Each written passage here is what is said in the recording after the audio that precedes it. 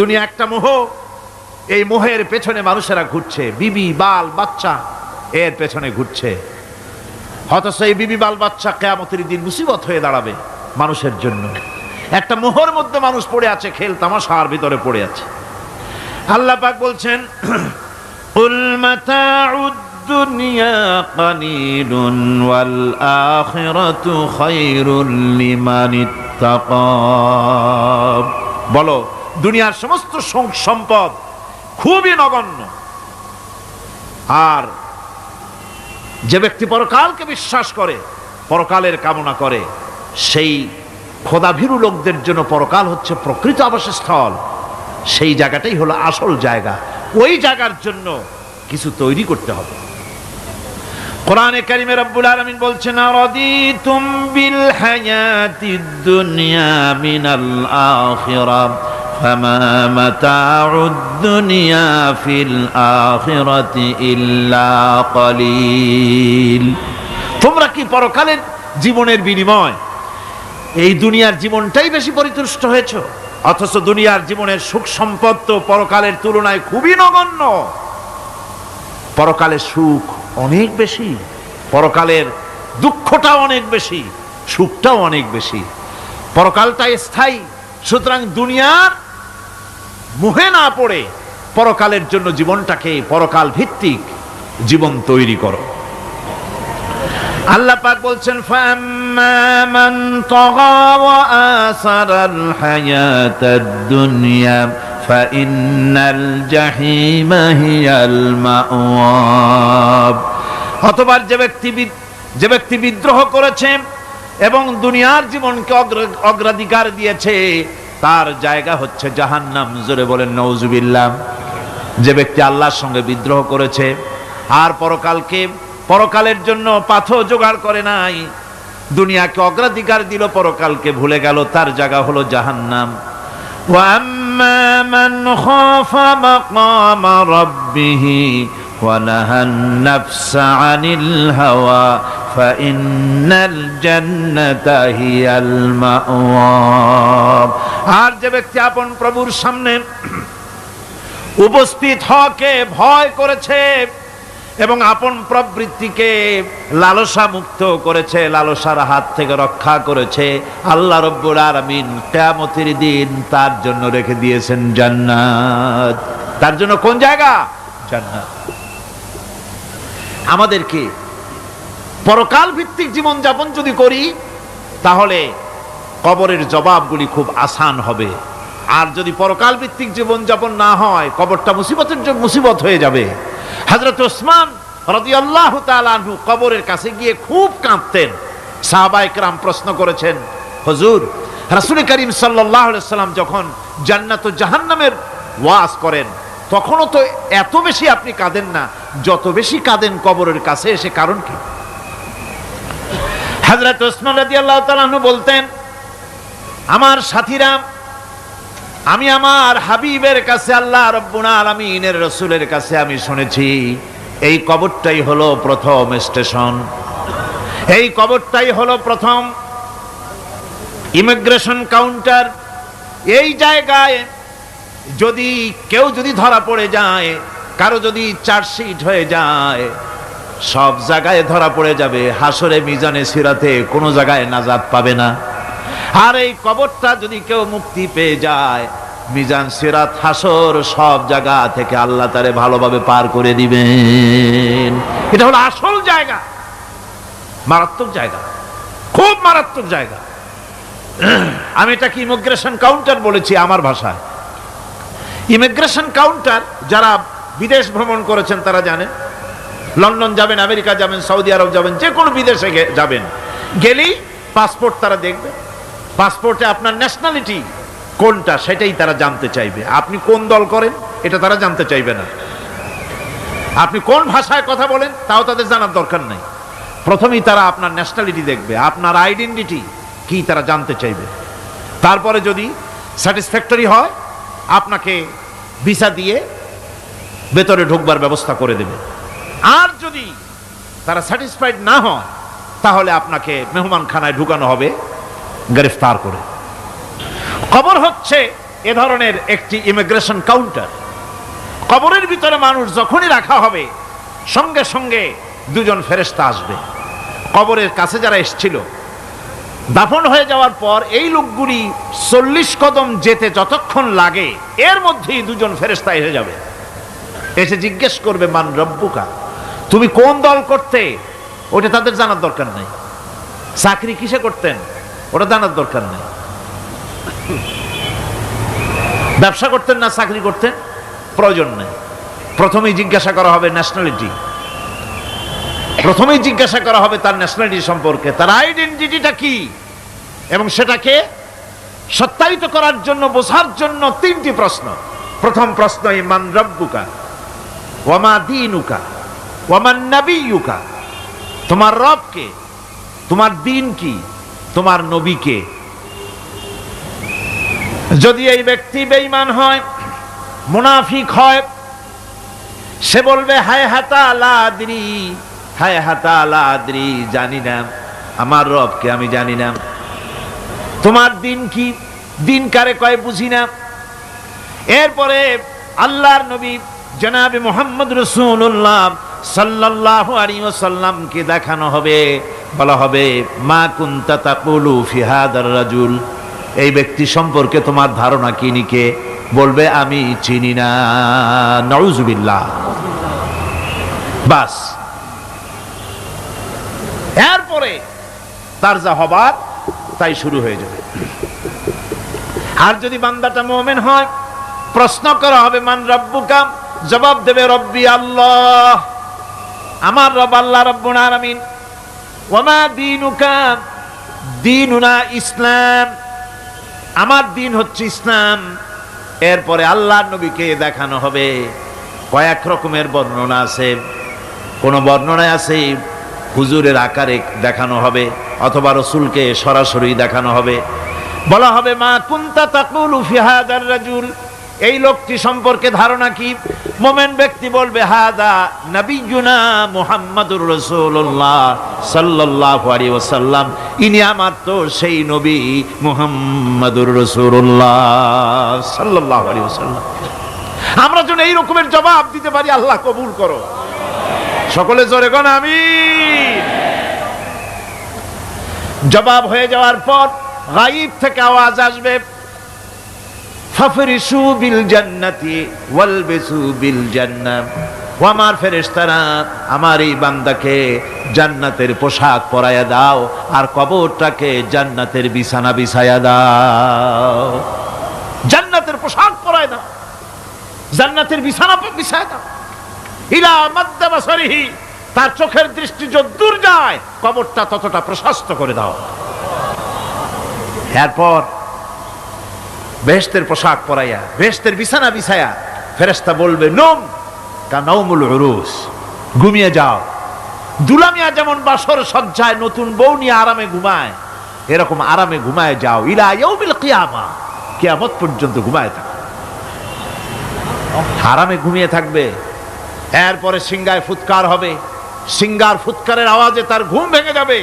বলবে ইয়া ওয়াইলানা মান বা'সানা মিন মারকাদিনা, হায় আফসোস, আমার এত আরামের ঘুম থেকে কে আমাকে জাগ্রত করলো, আমার ঘুমটারে নষ্ট করলো কে। আওয়াজ আসবে হাদা মা ওয়াদার রহমান ওয়া সাদাকাল মুরসালুন, এটা হচ্ছে রহমানের সেই ওয়াদা, আর মুরসালিনরা নবীরা সত্য কথাই বলেছিলেন, সেই কিয়ামত অনুষ্ঠিত হচ্ছে। আমার বন্ধুগণ,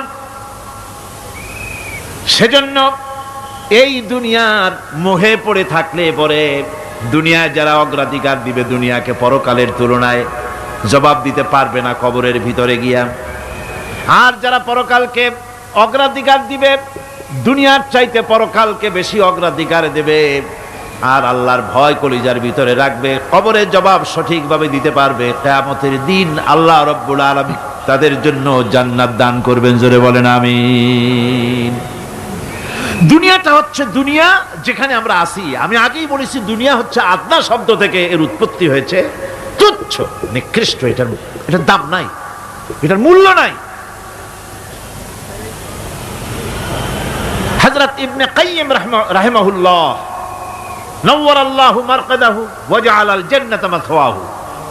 হযরত ইবনে কাইয়্যিম তিনি বলছেন, সুন্দর করে বলছেন দুনিয়া সম্পর্কে, মা মাদা ফিদ দুনিয়া আহলামুন ওয়া মা বাকিয়া মিনহা আমানি ওয়াল ওয়াক্তু বাইনাহুমা দায়ুন। মা মাদা ফিদ দুনিয়া আহলামুন, জীবনের যে অংশ ফেলে এসেছি সেটা আজ একটা স্বপ্ন। ওয়া মা বাকিয়া মিনহা আমানি, আর জীবনের যে অংশ সামনে বাকি আছে সেটা এখন একটা আকাঙ্ক্ষা। ওয়াল ওয়াক্তু বাইনাহুমা দায়ুন, আর এর মাঝখান থেকে সময় সব চলে যাচ্ছে। কত বড় কথা চিন্তা করেছেন? জীবনের যে অংশ ফেলে এসেছি তা আজকে স্বপ্ন, তা আজ কি বলেন? স্বপ্ন। আর সামনে যা আছে সেটা আকাঙ্ক্ষা, আর মাঝখান থেকে সময় সব চলে যাচ্ছে। এরপরে তিনি বলছেন, ওয়ামান ইয়াসহাবিদ দুনিয়া ইয়াকুন মিসলা কাবিদিন আলাল মাই খানাতুহু ফুরুজুল আসাবিঈ। দুনিয়াদারের অবস্থা হচ্ছে এই, কেউ যদি দুই হাতে পানি খামসায় ধরে, দুই হাতে কি ধরছে বলেন? দুই হাতে পানি খামসায় ধরেছে, খুব মজবুত করে ধরেছে, দুই মুঠ পানি। বলেন থাকবে কতটুকু? কতটুকু থাকবে? এক ফোঁটাও থাকবে না, কারণ তার আঙ্গুলের ফাঁক তার সাথে খেয়ানত করবে, আঙ্গুলের ফাঁক দিয়া পানিগুলি সব বেরিয়ে চলে যাবে। সুতরাং দুনিয়া যারা চায় তারা ঠিক পানি খামসায় ধরলে পানি যেমন হাতের ভেতর থেকে খেয়ানত করে চলে যায়, যারা দুনিয়া চায় দুনিয়াও তাদেরকে এভাবে ফাঁকি দিয়ে চলে যায়। তবুও দুনিয়ার মায়া মানুষের এত বেশি। আল্লাহর নবী বলেন, লাউ কানা লি ইবনি আদম ওয়াদিম মিন যাহাবিন লাহাব্বা ইয়াকুনা লাহু থানিন। এই পৃথিবীতে যদি কাউকে একটা মাঠ ভরে যদি সোনা দেওয়া যায়, লোকটা বলবে রব্বুল আলামিন, আমি যদি আরেকটা মাঠ এরকম সোনা ভরা পেতাম। দ্বিতীয় আরেকটা মাঠ দেওয়া হলে আবার বলবে যদি তৃতীয় আরেকটা মাঠ সোনা ভরে যদি পেতাম। নবীজি বলেন, ওয়ালা ইয়ামলাউ জাওফু ইবনু আদামা ইল্লা তুরাব। মানুষের পেট 3.5 হাত মাটি ছাড়া, কবরের মাটি ছাড়া মানুষের পেট ভরবে না। আরো চাই, আরো চাই, চাওয়ার কোনো শেষ নাই। মানুষ এভাবে করে দুনিয়ার মহব্বতে এমনি পাগল হয়ে যায়, শুধু দুনিয়ার মহব্বত, পরকালকে বেমালুম ভুলে যায়।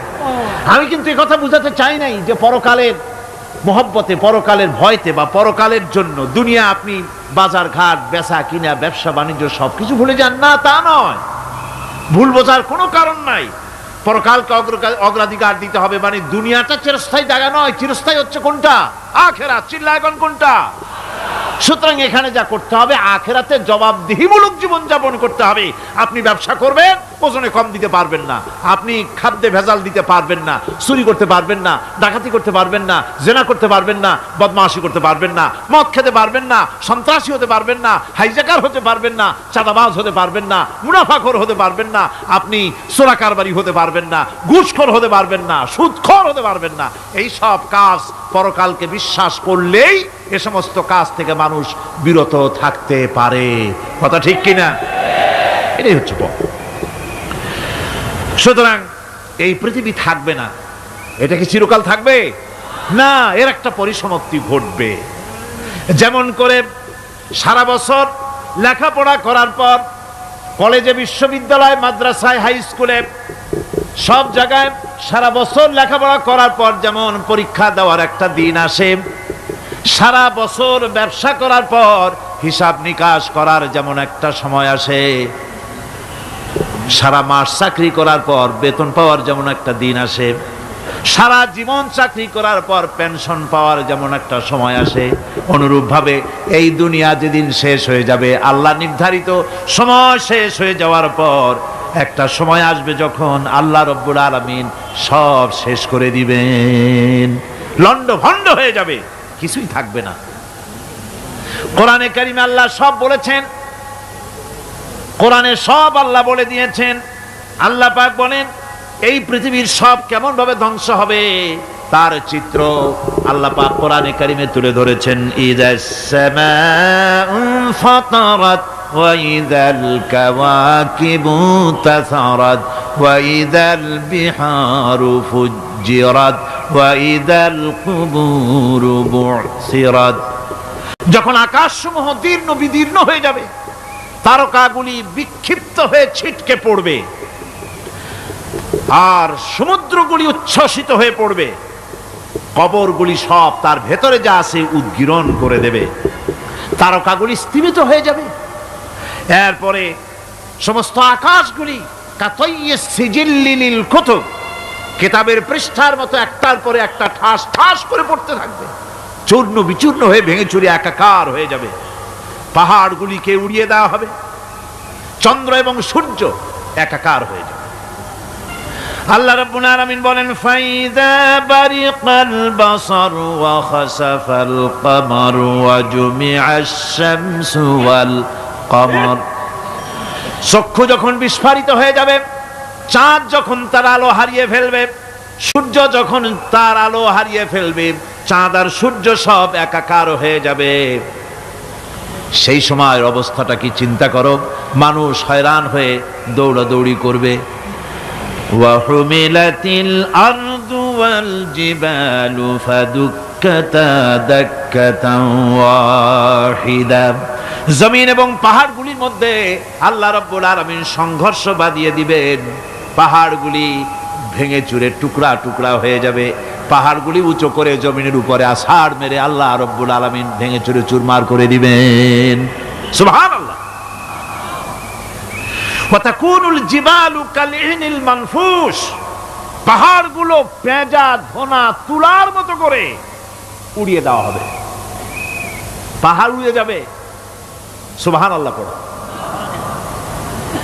পাহাড় পাথরের তৈরি করা পাহাড়, এই পাহাড়গুলি তুলার মতো হয়ে উড়বে কিভাবে? আমি এই দৃশ্য নিজের চোখে কিছুটা হলেও দেখছি। আজ থেকে 10 দিন আগে আমি ইতালি সফর করে এসেছি। ইতালির রাজধানী রোম। রোম প্রাচীন সভ্যতার লালন ভূমি। কোরআনে কারিমে সূরায়ে রোম রয়েছে, এই রোম সেই রোম। এখানের বাদশার কাছে রাসূল করিম সাল্লাল্লাহু আলাইহি সাল্লাম হেরাক্লিয়াসের কাছে চিঠি পাঠিয়েছিলেন, সেই রোম। 12 থেকে 15,000-এর মতো বাংলাদেশি মুসলমান সেখানে আছে। জুমার দিন, যেদিন আমি গেলাম তার পরের দিনই জুমা ছিল। জুমার নামাজ পড়লাম ভ্যাটিকানের কাছেই বিশাল মসজিদ, ইউরোপের ভিতরে সবচাইতে বড় মসজিদ এটা। রোম ইসলামের দুশমনদের রাজধানী।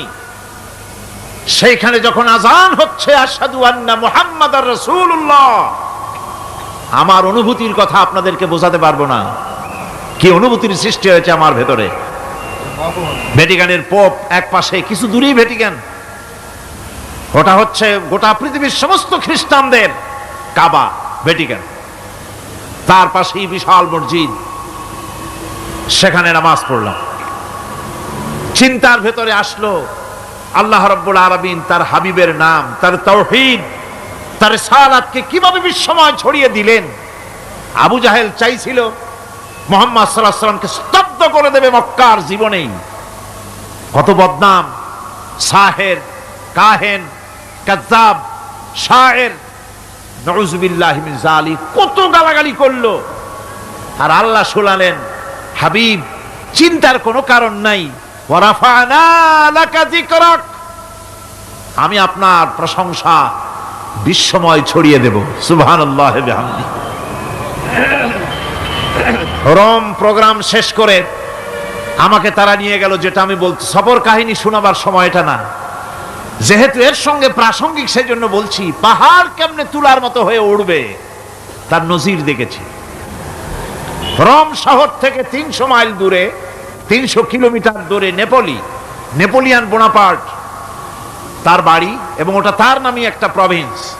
ভূমধ্য সাগরের পারে ভিসুভিয়াস, পৃথিবীর সবচাইতে বড় আগ্নেয়গিরি। সেটা দেখাতে নিয়ে যাওয়া হলো আমাকে, যে পাহাড়টা পৃথিবীর মাটি থেকে তার চূড়া হচ্ছে 3 মাইল উঁচু। এর 2 মাইল গাড়িতে করে ঘুরে ঘুরে যাওয়া যায়, এরপর আর গাড়িতে যাওয়া যায় না, বাকিটুকুন যেতে হবে হেঁটে হেঁটে। পাহাড়ের উপরে অক্সিজেন কম, বেশ কষ্ট হচ্ছিল উঠতে। জীবনে প্রথম পাহাড়ে চড়েছি জাবালে নূর, রাসূল করিম সাল্লাল্লাহু আলাইহি সাল্লামের উপরে যেখানে ওহী হয়েছিল সর্বপ্রথম। পাহাড় চড়ার একটা অভিজ্ঞতা ওখান থেকে আমার কিছুটা হয়েছিল। খুব কষ্ট হলো বাকি 1 মাইল উঠতে। যখন বিসুবিয়াসের একদম শীর্ষে চলে গেছি, সেখানে গিয়ে আমার সাথে 15-20 জন লোক ছিল। আমি নিজেই আল্লাহু আকবার বলে আমার গলা থেকে আওয়াজ বেরিয়ে গেল। আমি দেখতে পেলাম বিসুবিয়াসের শীর্ষে বিশাল গর্ত। আমার মনে হয় গর্তটা এই মাঠের 1/4 হবে, এই মাঠের 1/4 হবে গর্তটা। সেই গর্তটার গভীরতা হচ্ছে 1.5 কিলোমিটার। এইখান থেকে পাথরগুলি উত্থিত হয়েছে, আগ্নেয়গিরি পাথর আগুনে গলে লাভা হয়ে এগুলি পাহাড় বেয়ে উপচে পড়েছে, চতুর্দিকে 12 মাইল ছড়িয়ে গিয়েছে। আমার মনে পড়লো ওয়াকুদুহান নাসু ওয়াল হিজারা, জাহান্নামের আগুনের ইন্ধন হবে মানুষ আর পাথর। আমি সেখানে সেজদায় পড়ে গিয়া কানলাম আর বললাম, আল্লাহ জাহান্নামের আগুন হারাম করে দিও আমাদের জন্য। পাথর কিভাবে গললো, গলে পাথরগুলি গলে পুড়ে চতুর্দিকে পড়েছে আর ছিটকেছে, চতুর্দিকে ছিটকে পড়েছে। সেই পাথরগুলি ছিটকে ছিটকে যেগুলি পুড়ে পড়েছে সেগুলিকে দূরে সাদা রঙের বলে মনে হয়, কোনোটা সাদা কোনোটা কালো, মনে হয় যেন তুলার মতো হয়ে পড়ে আছে চতুর্দিকে। 1944 সনে তৃতীয়বারের মতো ভিসুবিয়াস অগ্নিগিরি যে অগ্নি উৎপাত করে, তাতে আশেপাশের 12 মাইল এলাকা এফেক্টেড হয়ে যায়। পাথরগুলি গলে এভাবে বিধ্বস্ত করে দিয়েছে। এখান থেকে এখানে জোহরের নামাজ, আসরের নামাজ আমরা পড়লাম, আল্লাহর কাছে খুব দোয়া করলাম। এখনো ধোঁয়া উঠতেছে, এখনো পাহাড়ের ফাটল দিয়ে ধোঁয়া উঠছে। একজন হাত দিয়ে আমাকে বলল যে খুব গরম লাগে ধোঁয়াগুলি। ওখানকার লোকেরা বলল যে ভেতরে এখনো আগুন আছে, তবে সুপ্ত, যে কোনো মুহূর্তে আবার তা জাগ্রত হতে পারে। আমরা সেখান থেকে নেমে এলাম। একটু কিছু দূর গিয়েই সেখানে হলো পম্পেই শহর। এই পম্পেই শহরটা হচ্ছে ঈসা আলাইহিস সালামের জন্মের 2000 বছর আগে এই শহর তৈরি হয়। ঈসা আলাইহিস সালামের জন্মের 179 বছর পর ভূমিকম্প হয়। সেই ভূমিকম্পে গোটা পম্পেই শহরটা পৃথিবীর মানুষের চোখের আড়াল হয়ে যায়, ধ্বংস হয়ে যায়, মাটির তলায় গরক হয়ে যায়। আজ থেকে 200 বছর আগে মাটি খনন করতে গিয়ে এই শহর আবিষ্কৃত হয়। পুরা শহরটা খুঁড়ে তারা বের করেছে। 180 হেক্টর জমিনের উপরে এই বিশাল শহর। ঘুরে ঘুরে দেখলাম, গাড়ি চলে না সেখানে, পায়ে হেঁটে দেখতে হলো। প্রশস্ত রাস্তা। আজ থেকে 4000 বছর আগের মানুষেরা রাস্তা বানাতে জানতো পাথর দিয়ে, এবং রাস্তার দুধারে তাদের ছিল ফুটপাত, পানির ব্যবস্থা, নগরায়নের সব রকমের সুযোগ সুবিধা। তারপরে সেখানে বিচারালয়, এরপরে দোকানপাট, বাজারঘাট, সবকিছুর ব্যবস্থা রয়েছে। বিশাল বিশাল পাথরগুলি দিয়ে পিলার তৈরি করা। ভাবলাম এই পিলারগুলি, এই পাথরগুলি তারা কিভাবে ক্রেন ছাড়া এত উপরে উঠালো কি করে, আমার মাথায় আসলো না। পাথর কেটে কেটে সুন্দর সুন্দর অঙ্কন শিল্প তারা করেছে। এরপরে ঘুরতে ঘুরতে বাদশার রাজার বাড়িতে গিয়ে ঢুকলাম। সেখানে গিয়ে দেখলাম উলঙ্গ এত মূর্তি পাথরের তৈরি করা। পাথর কেটে কেটে দেওয়ালে যৌন মিলনের এমন কোন অশ্লীল ছবি নাই যা তারা সেখানে তৈরি করে নাই। উলঙ্গ মূর্তি আর উলঙ্গ যৌন মিলনের অসংখ্য ছবি দিয়ে এই এলাকা ভরা। তখন আমি বুঝলাম আল্লাহর গজব হওয়ার কারণটা কি, এই শহরটা মাটির নিচে গরক হয়ে যাওয়ার কারণটা কি। আল্লাহ পাক জেনা ব্যভিচার যে দেশে বেশি হয় আল্লাহ পাক বরদাস্ত করেন না। দুশ্চরিত্র যে দেশের মানুষ দুশ্চরিত্র হয়ে যায়, জেনা ব্যভিচার বেশি হতে থাকে, আল্লাহ হরক করে দেন, গজব দেন। এই গজব এক এক সময় এক এক রকমের হয়ে আসে। কখনো মাটির নিচে দাবায় দেন, কখনো মহামারী, কোন দেশে কলেরা, কোন দেশে জলোচ্ছ্বাস, কোথাও ভূমিকম্প, আর সর্বশেষ এই জেনা ব্যভিচারের জন্য আল্লাহ পাকের চূড়ান্ত এই যৌনতার অশ্লীলতার জন্য চূড়ান্ত গজব বর্তমান বিশ্বের জন্য এইডস। আল্লাহ পাক এই গজব দিয়েছেন। বন্ধুগণ, আমি সেই জায়গা, আমি সেখানে যা দেখলাম যে আল্লাহ পাক পাহাড়গুলিকে কিভাবে উড়াবেন, এটা অস্বীকার করার কোনো উপায় নাই। বিশ্বাস তো করতামই, তবে হযরত ইব্রাহিম আলাইহিস সালাম যেমন বলেছিলেন, রব্বি আরিনি কাইফা তুহিল মাউতা, হায় আল্লাহ তুমি মরাকে জিন্দা করবা কেমনে? আল্লাহ পাক বলেন, আওয়ালাম তুমিন, তুমি বিশ্বাস করো না? ইব্রাহিম আলাইহিস সালাম বললেন, বালা, অবশ্যই বিশ্বাস করি, ওয়ালাকিন লিয়াতমাইন্না কলবি, যদি চোখে দেখতাম তাহলে আমার অন্তরাত্মা খুব ঠান্ডা হতো। আল্লাহ রাব্বুল আলামিন চোখে দেখায় দিলেন জিন্দা কেমনে মুর্দা হবে, মুর্দা কেমনে জিন্দা হবে, আল্লাহ দেখায় দিলেন। পাহাড় উড়ায় দিবেন আল্লাহ রাব্বুল আলামিন। একথা কলিজার মধ্যে এটার উপর ঈমান বিশ্বাস, কিন্তু আল্লাহ চোখে দেখাইছেন, ঈমান আরো মজবুত হয়েছে, যা ছিল আরো মজবুত হয়েছে। সুবহানাল্লাহ। আল্লাহর ভয়তে কলিজা কেঁপেছে। আমি পাহাড়ের উপরে কেঁদেছি, যার যার হয়ে কেঁদেছি। বন্ধুগণ, আল্লাহ সুবহানাহু ওয়া তাআলা এই জন্য বলেছেন, কুল সিরু ফিল আরদ, আমার জমিন ঘোরো, ভালো করে দেখো, কাইফা কানা আকিবাতুল মুকাজ্জিবিন, মহাসত্যকে যারা অস্বীকার করেছে তাদের পরিণতি আমি কি করে দিয়েছি, এগুলি চোখে ভালো করে তাকায় দেখো। আমার বন্ধুগণ, সুতরাং এই পৃথিবীর অবসান হবে, এই পৃথিবী ধ্বংস হবে, এই পৃথিবী চূড়ান্তভাবে শেষ হয়ে যাবে। ও হ্যাঁ, আরেকটি কথা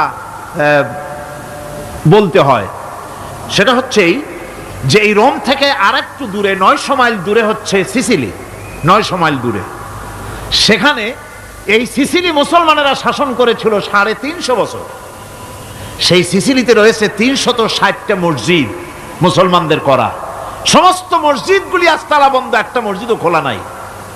সেখানকার মুসলমানেরা ওয়াজ শুনতে এসেছিল রোমে।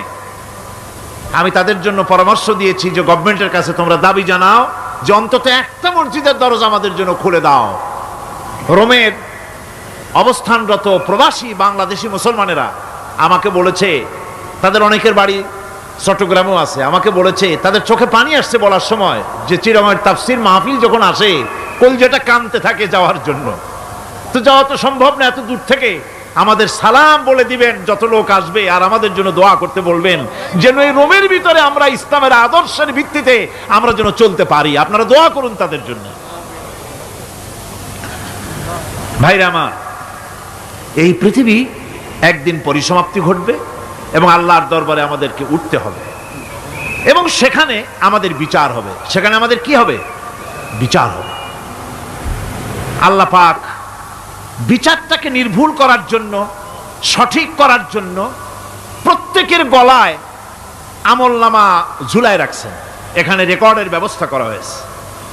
আল্লাহ পাক বলছেন, ওয়া কুল্লা ইনসানিন আলজামনাহু তাইরাহু ফি উনুকি ওয়া নুখরিজু লাহু ইয়াওমাল কিয়ামাতি কিতাবান ইয়ালকাহু মানশুরা।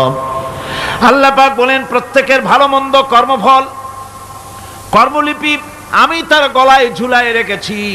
কিয়ামতের দিন সে নিজের কাছে স্পষ্ট সব দেখতে পারবে, কোনো জিনিস বাদ পড়বে না।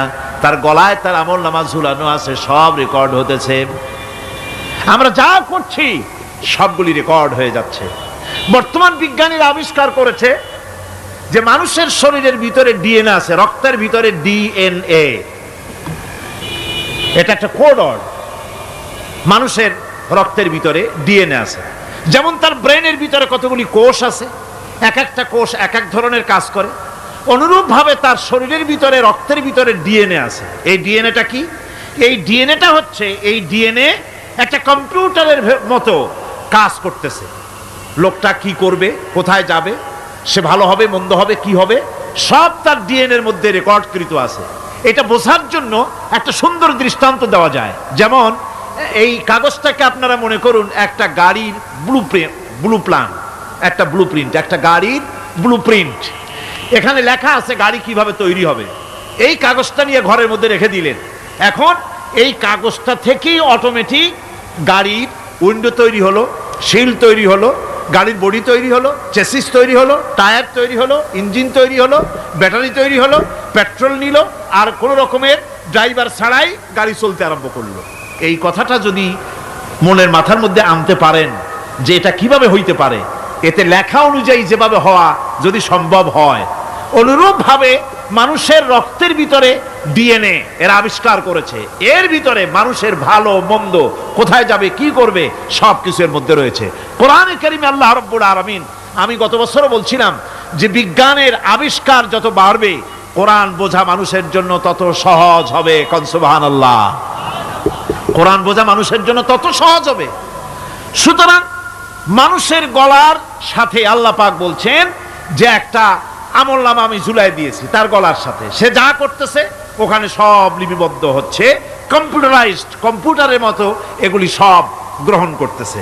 এগুলি কিয়ামতের দিন তার সামনে হাজির করা হবে। কিয়ামতে যখন আমলনামা তার সামনে দিয়ে বলা হবে, ইকরা কিতাবাকা কাফা বিনাফসিকাল ইয়াওমা আলাইকা হাসিবা, তাকে বলা হবে নিজের কর্মলিপি নিজেই পড়ো, আজ তুমি তোমার নিজের হিসাব নিতে যথেষ্ট। বন্ধুগণ, এই মাহফিলে যত লোক আমরা বসে আছি, আমরা আমাদের হিসাব নিতে যথেষ্ট না আরেকজন লাগবে? কোন আমরা যথেষ্ট কি না? কথা বোঝেন নাই।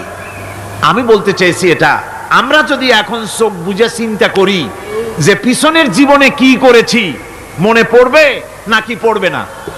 বলেন সবাই, পড়বে কি পড়বে না? ছোটবেলায় কবে পায়ের নিচে কাটা ফুটেছিল, কবে কোথায় আছাড় খেয়েছিলেন, কবে কার বেল, তাল, আম, কাঁচা আম চুরি করে খেতে গিয়ে কিল খেয়েছিলেন, তাড়া খেয়েছিলেন, তাকে এখন মনে নাই? আছে।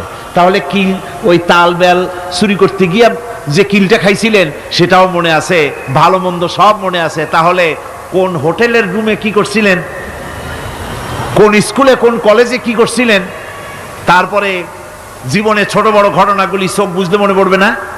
এবার হিসাব করেন, মনে যদি পড়ে এবার হিসাব করেন আপনি জান্নাতি না জাহান্নামে। আপনি আপনার নিজের হিসাব নেওয়ার জন্য যথেষ্ট। তাকে হিসাব করতে বলা হবে, তোমার হিসাব, তোমার নিজের হিসাব নেওয়ার জন্য তুমি যথেষ্ট, তোমার হিসাব তুমি নিজেই করো, এটা পড়ো। আর সেই কিয়ামতের দিন কোনো সাহায্যকারী মিলবে না।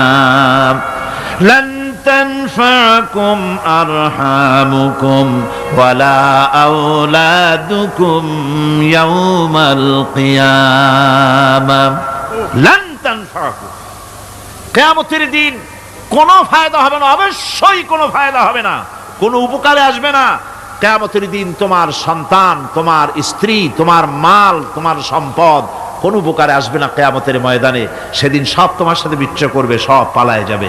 সেখানে উৎকোষেরও কোনো কারবার নাই যে ঘুষ টুস দিয়া, ফেরেশতাদের কোনো রকম বুঝবাজ দিয়া, আলাদা কোনো চোরাগলি পথ দিয়া একেবারে ফুট করে ভেসতে চলে যাবেন, এমন কোনো সুযোগ নাই।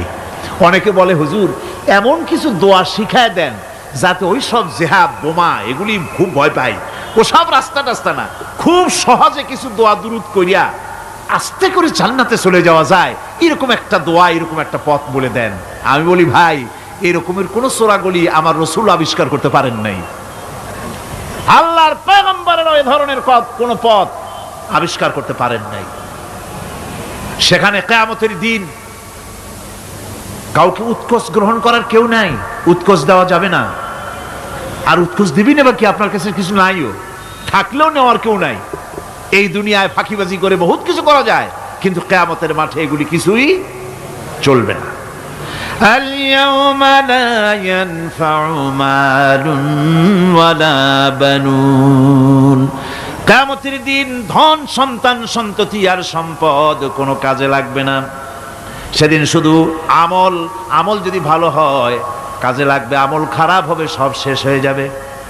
আল্লাহ রাব্বুল আলামিন নবীজিকে ডেকে বলেছেন, নবী আপনি বলেন, কুল মা কুনতু বিদআম মিনার রাসূল, আপনি বলুন আমি কোন নতুন রাসূল নই, আমার আগে অনেক নবী রাসূল পৃথিবীতে এসেছেন, তারা বিদায় হয়ে গেছেন। আমি জানি না কিয়ামতের দিন আল্লাহ রাব্বুল আলামিন আমার সাথে কি ব্যবহার করবেন, আর আমি এও জানি না যে কিয়ামতের দিন আল্লাহ পাক তোমাদের সাথে কি ব্যবহার করবেন।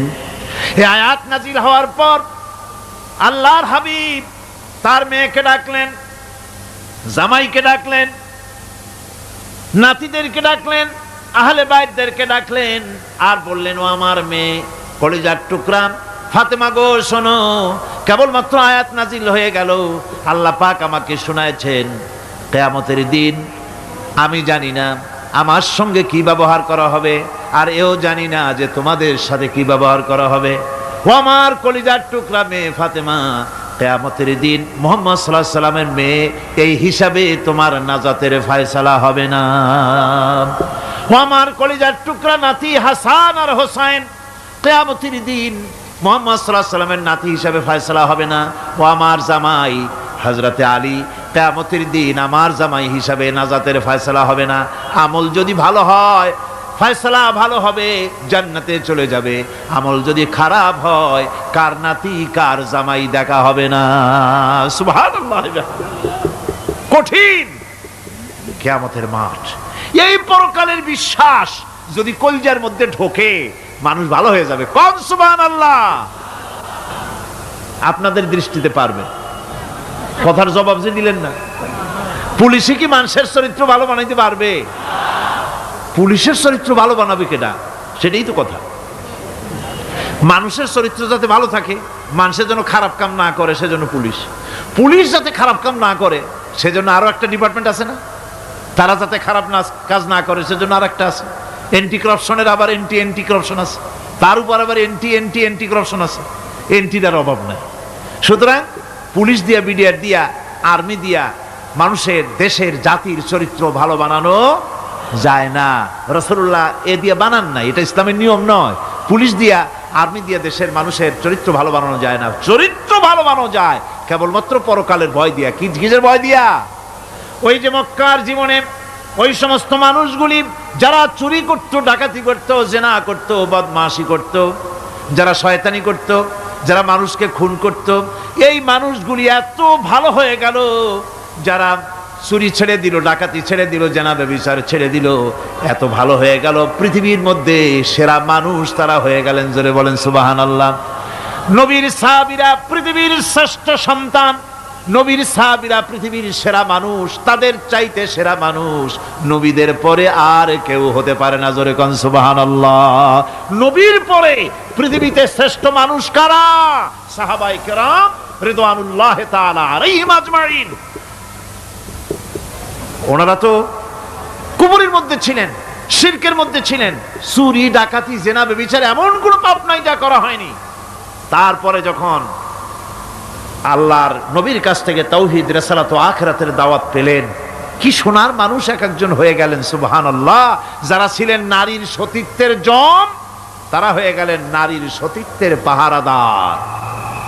যারা মানুষের মাল চুরি করত, ডাকাতি করত, তারা রাতভর মানুষের মালের পাহারা দিল, মানুষের রক্তের পাহারা দিল। সুবহানাল্লাহ বিহামদি। রক্ত সম্পদের পাহারা দিল। রাসূল বললেন, খাইরুল কুরুনে কারনি, সর্বশ্রেষ্ঠ যুগ তো আমার যুগ। বন্ধুগণ, এরপরে একটা জীবন আসবে ওই কিয়ামতের ময়দানে। এই পরকালের বিশ্বাসটা গুরুত্বপূর্ণ ব্যাপার, আমাদের সব কিছুর হিসাব দেওয়া লাগবে। আল্লাহ পাক বলেন, ইন্নাস সামআ ওয়াল বাসারা ওয়াল ফুআদা কুল্লু উলাইকা আনহু মাসউলা। নিঃসন্দেহে মানুষের শ্রবণ শক্তি, দর্শন শক্তি এবং তার অন্তঃকরণের কল্পনা সম্পর্কে আল্লাহ রাব্বুল আলামিনের কাছে জিজ্ঞাসিত হতে হবে। কান দিয়া কি করেছিলা, চোখ দিয়া কি করেছিলা, মুখ দিয়া কি করেছিলে, হাত দিয়ে কি করেছিলে, সব কিছুর জবাব আল্লাহ রাব্বুল আলামিনের কাছে দিতে হবে। সবটার জবাব দিতে হবে, কোনো কিছু বাদ যাবে না। এমনকি মনের ভিতরে যে কল্পনা আমরা করি, এই কল্পনার হিসাবও আল্লাহর দরবারে দিতে হবে। কোরআনে কারীম বলছে, ওয়া ইন তুবদু মা ফি আনফুসিকুম আও তুখফুহু ইউহাসিবকুম বিহিল্লাহ। মনের ভিতরে তুমি যেটা কল্পনা করো সেটা প্রকাশ করো, অথবা তুমি গোপন রাখো, যাই তুমি করো না কেন, আল্লাহ রাব্বুল আলামিন এর হিসাবও তোমার কাছে নেবেন। ফায়াগফিরু লিমান ইয়াশাউ ওয়া ইউআযযিবু মান ইয়াশাউ ওয়াল্লাহু আলা কুল্লি শাইইন কাদির। মহান আল্লাহ পাক বলেন, করার পর তোমার মনের ভিতরে কি কল্পনা করেছিলে ওইটার হিসাব আমি নেব। হিসাব নেওয়ার পর যারে খুশি ক্ষমা করে দেব, যাকে খুশি শাস্তি প্রদান করব। সবকিছুর উপরে আল্লাহ রব্বুল আলামিন শক্তিমান, সব তিনি করতে পারেন, সমস্ত কুদরত রয়েছে তার। সুতরাং মানুষদেরকে, আল্লাহর বান্দাদেরকে বিশ্বাস করতে হবে যে আমার কোনো কথা বাদ যাবে না। কথাগুলি রেকর্ড হচ্ছে, কথা রেকর্ড হচ্ছে। আমি যে ওয়াজ করতেছি এই কথাগুলি রেকর্ড হচ্ছে নাকি হচ্ছে না? অনেক টেপ রেকর্ডার রেকর্ড হচ্ছে, অডিও ভিডিও হচ্ছে। আজ থেকে 50 বছর পর যদি এই রেকর্ড বাজানো হয়, আমাকে যদি বলা হয় যে আপনি অমুক জায়গায় অমুক কথা বলেছেন, আমি যদি বলি না আমি কথা বলি নাই, তারপরে যদি রেকর্ড বাজানো হয়, তাহলে আমি কথা যে বলি নাই যদি বলি, তাহলে এটা ধরা পড়বে না? সেখানে ধরা পড়বে না? তাহলে এই মানুষের কথা প্লাস্টিকের ফিতায় রেকর্ড করে 50 বছর, 100 বছর, 200 বছর, 500 বছর যদি প্লাস্টিকের ফিতায় এটাকে চলচ্চিত্র করে অথবা টেপ রেকর্ডারে করে যদি ধরে রাখা যায়, এই বুদ্ধিটা কে দিলেন কন্ত দেখি? সবাই কন্যা, এই বুদ্ধিটা দিলেন কে?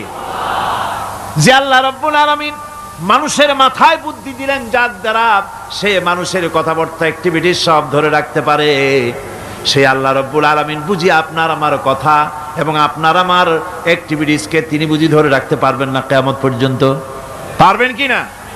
সেজন্য রাব্বুল আলামিন বলেন, মা ইয়ালফিযু মিন কাওলিন ইল্লা লাদাইহি রাকীবুন আতীদ। সমস্ত কথা রেকর্ড হচ্ছে। সুবহানাল্লাহ কোন জোরে! সমস্ত কথা রেকর্ড হচ্ছে, একটা কথাও বাদ যাবে না। মুখ আছে বলেই কথা বলবেন তা না, হিসাব করে কথা বলতে হবে। গীবত গাওয়া যাবে না, মিথ্যা কথা বলা যাবে না, মিথ্যা ওয়াদা করা যাবে না। মিথ্যা ওয়াদার তো মৌসুম এসে গেছে। কি কোন বোঝেন কথা? হ্যাঁ, মিথ্যা ওয়াদার মৌসুম এসে গেছে। এখন মৌসুমে বাহার, মিথ্যা বলার। কত সুন্দর সুন্দর ওয়াদা, সোনা দিয়া রাস্তা বানায় দেব। অভুক্ত মানুষদের বলা হয় না খেয়ে মরবেন না, কিন্তু কি খেয়ে মরবে তাও কয় না। আমরা যদি যাইতে পারি তাহলে মটকির মতো রসগোল্লা বানায় দেব, গরুর গাড়ির চাকার মতো জিলাপি বানায় দেব।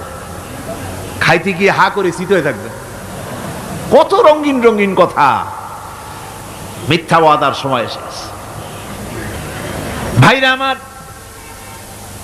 পরকাল যদি বিশ্বাস করে সেই ব্যক্তি কিছুতেই মুখ আছে বলেই যা খুশি বলবে না, পরনিন্দা করবে না, পরচর্চা করবে না, হাত আছে বলেই যা তা লিখবে না।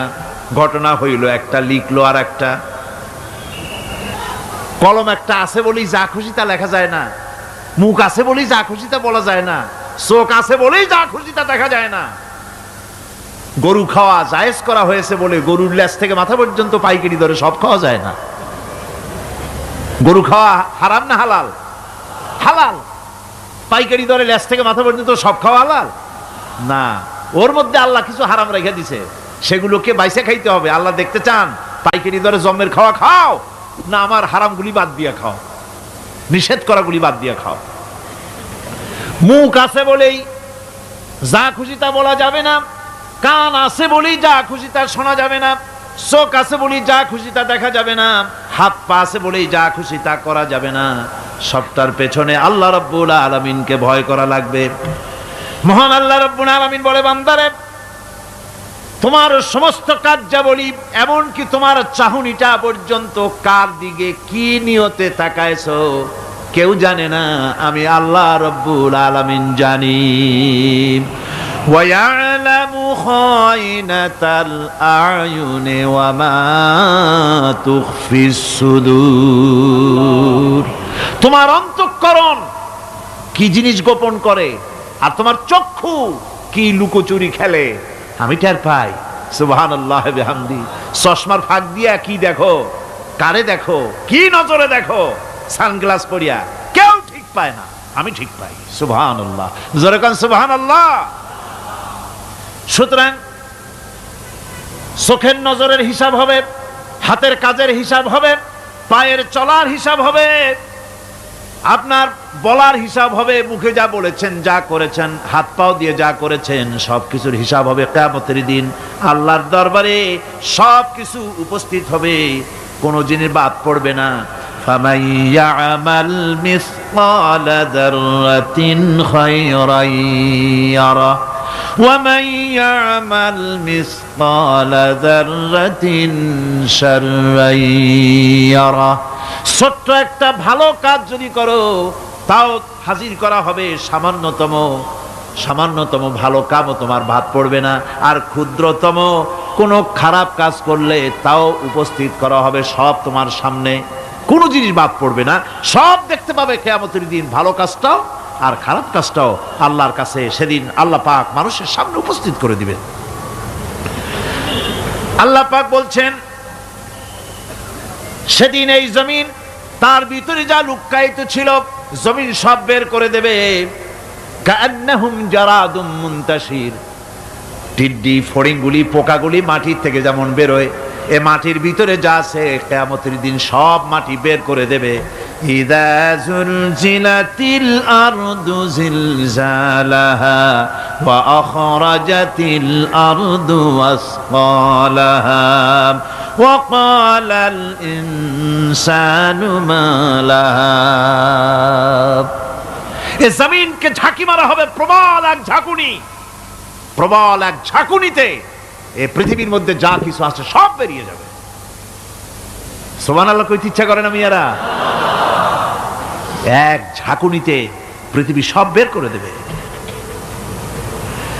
মানুষ হয়রান হয়ে বলবে, কি হয়েছে, এ মাটির হলোটা কি? আমার বন্ধুগণ, মানুষ হয়রান হয়ে গিয়ে বলবে, মাটির কি হলো? আল্লাহ রাব্বুল আলামিন বলেন, ইয়াউমাইযিন তুহাদ্দিসু আখবারাহা বিআন্না রাব্বাকা আওহালাহা। জমিনের উপরে যা ঘটেছে, জমিন তা সব বের করে দেবে, সব প্রকাশ করে দেবে। আর এটা এই জন্য হবে যেহেতু তার রবের হুকুম হয়েছে, তার রব হুকুম করেছে, বের করে দে।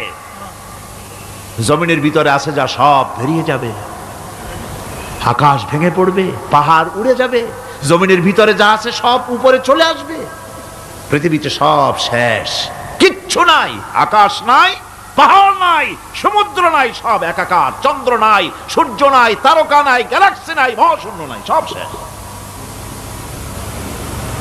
আল্লাহ রাব্বুল আলামিন সমস্ত ফেরেশতাদেরকে শেষ করে দিবেন, সকলের মওত হয়ে যাবে, কেউ আর থাকবে না। এমনকি হযরতে আজরাইল মালাকুল মউত তিনিও থাকবেন না, সব আল্লাহ রাব্বুল আলামিন মৃত্যু করে দিবেন। এরপরে আল্লাহ রাব্বুল আলামিন একা তিনি বলবেন, ইয়া দুনিয়া, ইয়া দুনিয়া আইনা আনহারুকি, এ পৃথিবী তোর সেই সমুদ্রগুলি কোথায়, নদীগুলি কোথায়? ইয়া দুনিয়া আইনা আশজারুকি, হে দুনিয়া তোমার গাছগুলি কোথায়? এত বন বনানি, এত গাছ ছিল। ইয়া দুনিয়া আইনা জিবালুকি, হে পৃথিবী তোর জমিনে যত পাহাড় ছিল, পাহাড়গুলি কই? যত স্বৈরাচার ছিল জমিনের উপরে, যারা স্বৈরাচারী মনোবৃত্তি নিয়ে মানুষ ধ্বংস করেছে, দেশ ধ্বংস করেছে, মায়ের বুক খালি করেছে, ওই স্বৈরাচারগুলি কই? কোনো জবাব নাই। আল্লাহ পাকের পরে বলবেন, লিমানিল মুলকুল ইয়াউম, কার রাজত্ব? আজকে রাজত্বটা কার? আল্লাহ তিনবার আওয়াজ দিবেন, আজকে রাজত্ব কার? আল্লাহ পাক যখন 3 বার করে ডাক দিবেন, কোনো জবাব নাই, কোনো জবাব নাই। কে জবাব দেবে? আল্লাহ রাব্বুল আলামিনের সামনে কার ক্ষমতা আছে কথা বলার? কেউ তো নাই, সব শেষ। আল্লাহ পাক বলবেন লিল্লাহিল ওয়াহিদুল কাহ্হার, একমাত্র পরাক্রমশালী আল্লাহ রাব্বুল আলামিনের রাজত্ব আজ।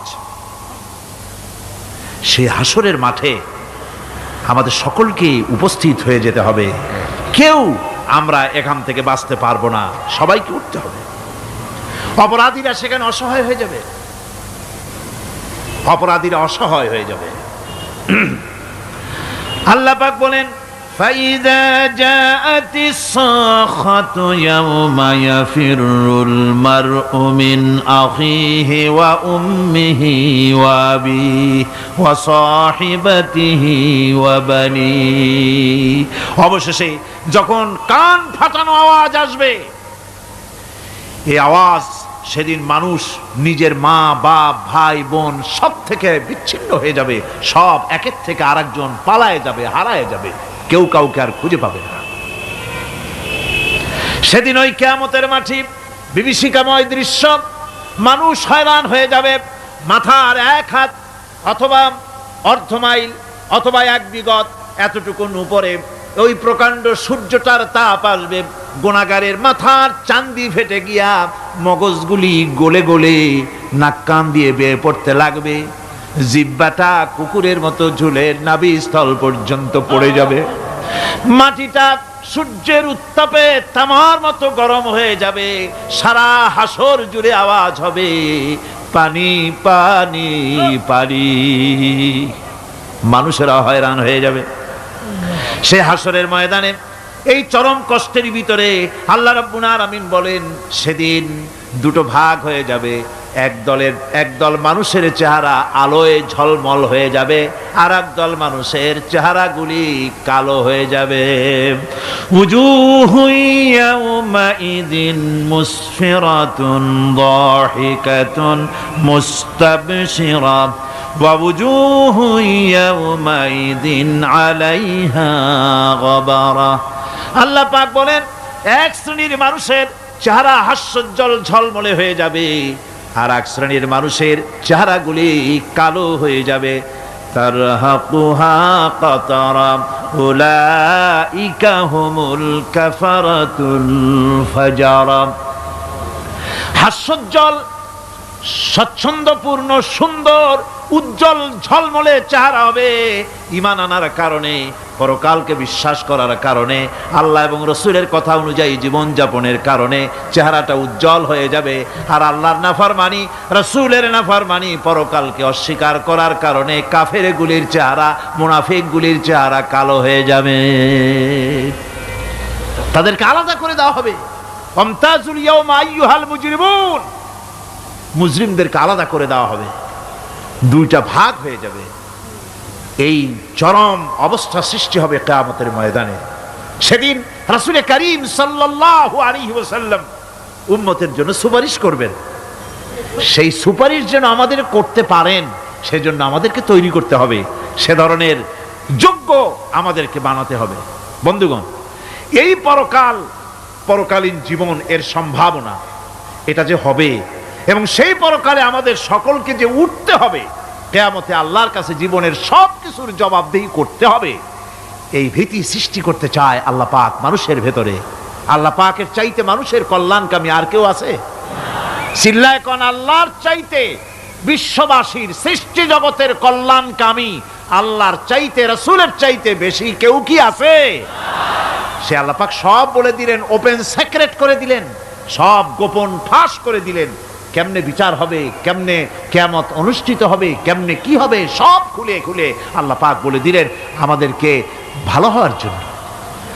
কোরআনে কারীম বলছে লাইসাল বিররা আন তুওয়াল্লু ওয়ুজুহাকুম কিবালাল মাশরিকি ওয়াল মাগরিব।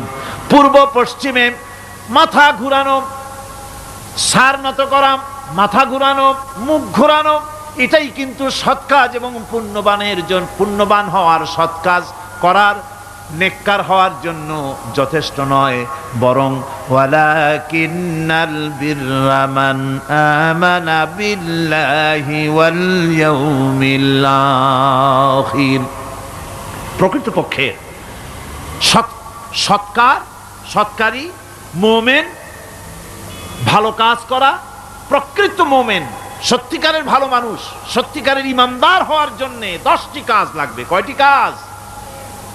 10টি কাজ লাগবে। সেই 10টি কাজের একটি কাজ গত বছর আপনাদের খেদমতে আরজ করা হয়েছে, 2টি বলা হয়েছে, বাকি আজকে বললাম আর একটা, হয়ে গেল 3টা। বাকি আছে কয়টা?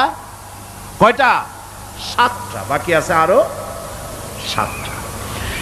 পরকাল ভিত্তিক জীবনযাপন যদি করতে পারি তাহলে আমরা হব দুনিয়ার শ্রেষ্ঠ মানুষ। কোন আলহামদুলিল্লাহ।